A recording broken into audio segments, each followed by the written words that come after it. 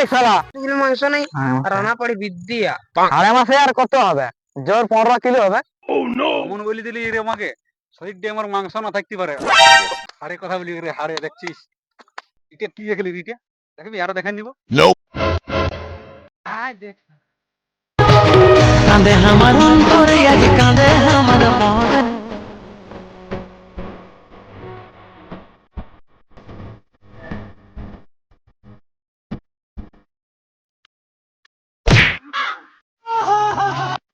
মূল্য নাকি দেখ Life it's now or never but I ain't gonna